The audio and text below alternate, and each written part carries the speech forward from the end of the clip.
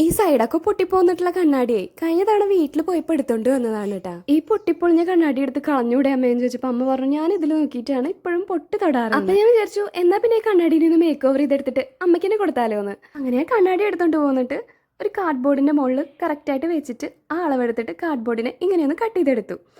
എന്നിട്ട് പിന്നെ അതിൻ്റെ ഉള്ളിൽ ആ കണ്ണാടി ഒന്ന് ഒട്ടിച്ചെടുത്തു. പിന്നെ നമ്മുടെ മോൾഡിറ്റ് എടുത്തിട്ട് നന്നായിട്ടൊന്ന് ഉരുട്ടി കുഴച്ചെടുത്തിട്ട് ഇതേപോലെ നീളത്തിൽ വള്ളി പോലെയാക്കി എടുത്തിട്ട് അതിൻ്റെ ചുറ്റിലൊക്കെ ഒന്ന് ഒട്ടിച്ചു കൊടുത്തു കേട്ടോ. ഒരു കണ്ണാടീനെ മേക്ക് ഓവർ ചെയ്തെടുക്കണമെന്ന് കുറേ നാളായി വിചാരിക്കണു. ഇപ്പോഴാണ് അതിനുള്ള സമയമായത്. ഒരു ഫ്രെയിം പോലെ കട്ട് ചെയ്തെടുത്ത ആ കാർഡ്ബോർഡിൻ്റെ ചുറ്റിനും പശ തേച്ചിട്ട് ഇതേപോലെ ആ മോൾഡിറ്റ് വെച്ചിട്ടൊന്ന് ഒട്ടിച്ചു കൊടുക്കുന്നുണ്ട് കേട്ടോ. ഇനി നമുക്ക് ഫ്രെയിമിലുള്ള ഡെക്കറേഷൻസ് തുടങ്ങാം.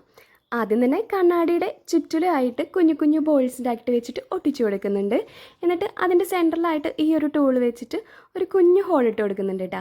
അപ്പം തന്നെ കാണാനൊരു ഭംഗിയുണ്ട്. നമ്മൾ ആദ്യം ചെയ്ത പോലെ തന്നെ വള്ളി പോലെ ഉണ്ടാക്കിയിട്ട് അതും ഇതിൻ്റെ ചുറ്റിലും ഒട്ടിച്ചു കൊടുക്കുന്നുണ്ട് കേട്ടോ. പിന്നെ നമ്മൾ പിടിക്കുന്ന ഭാഗത്തായിട്ട് ഈ ഒരു ഷേപ്പിൻ്റെ പോലെ ആക്കിയിട്ട് അതിൻ്റെ ചുറ്റിലും ഈ കുഞ്ഞു ബോൾസ് വെച്ചിട്ട് കുഞ്ഞു കുഞ്ഞു ഹോൾസ് ഇട്ട് കൊടുക്കുന്നുണ്ട്. പിന്നെ കണ്ണാടിയുടെ 4 കോർണറിലും ഇങ്ങനെ ആ കുഞ്ഞു വള്ളി പോലെ ചെറുതായിട്ട് കട്ട് ചെയ്തെടുത്തിട്ട് ഇതേപോലെ ഷേപ്പാക്കി കൊടുത്തിട്ടുണ്ട്.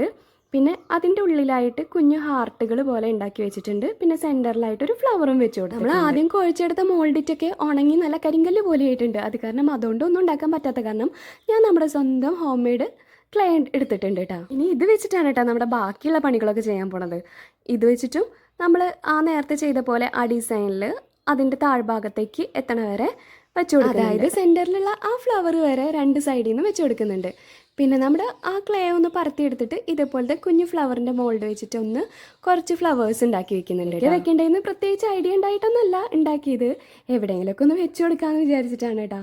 അപ്പോൾ ആദ്യം ഞാൻ വെച്ച് കൊടുത്തത് നമ്മുടെ ആ പിടിക്കുന്ന ഭാഗത്ത് ആ വള്ളി പോലെ ഒന്ന് ചുറ്റിലും വെച്ച് കൊടുത്തിട്ട് പിന്നെ അതിൻ്റെ ചുറ്റിനും ആണ് കുഞ്ഞു ഫ്ലവർ വെച്ച് കൊടുക്കാമെന്ന് വിചാരിച്ചു. അതിന് മുന്നേ തന്നെ ആ സെൻറ്ററിലുള്ള ഫ്ലവറിൻ്റെ മുകളിലും താഴത്തുമായിട്ട് ഇങ്ങനെ കുറച്ച് ഡിസൈനിലാക്കി കൊടുത്തിട്ട് അങ്ങനെ കുഞ്ഞേ വരകളൊക്കെ ഇട്ട് കൊടുത്ത് അങ്ങനെ ആക്കിയെടുത്തു കേട്ടോ.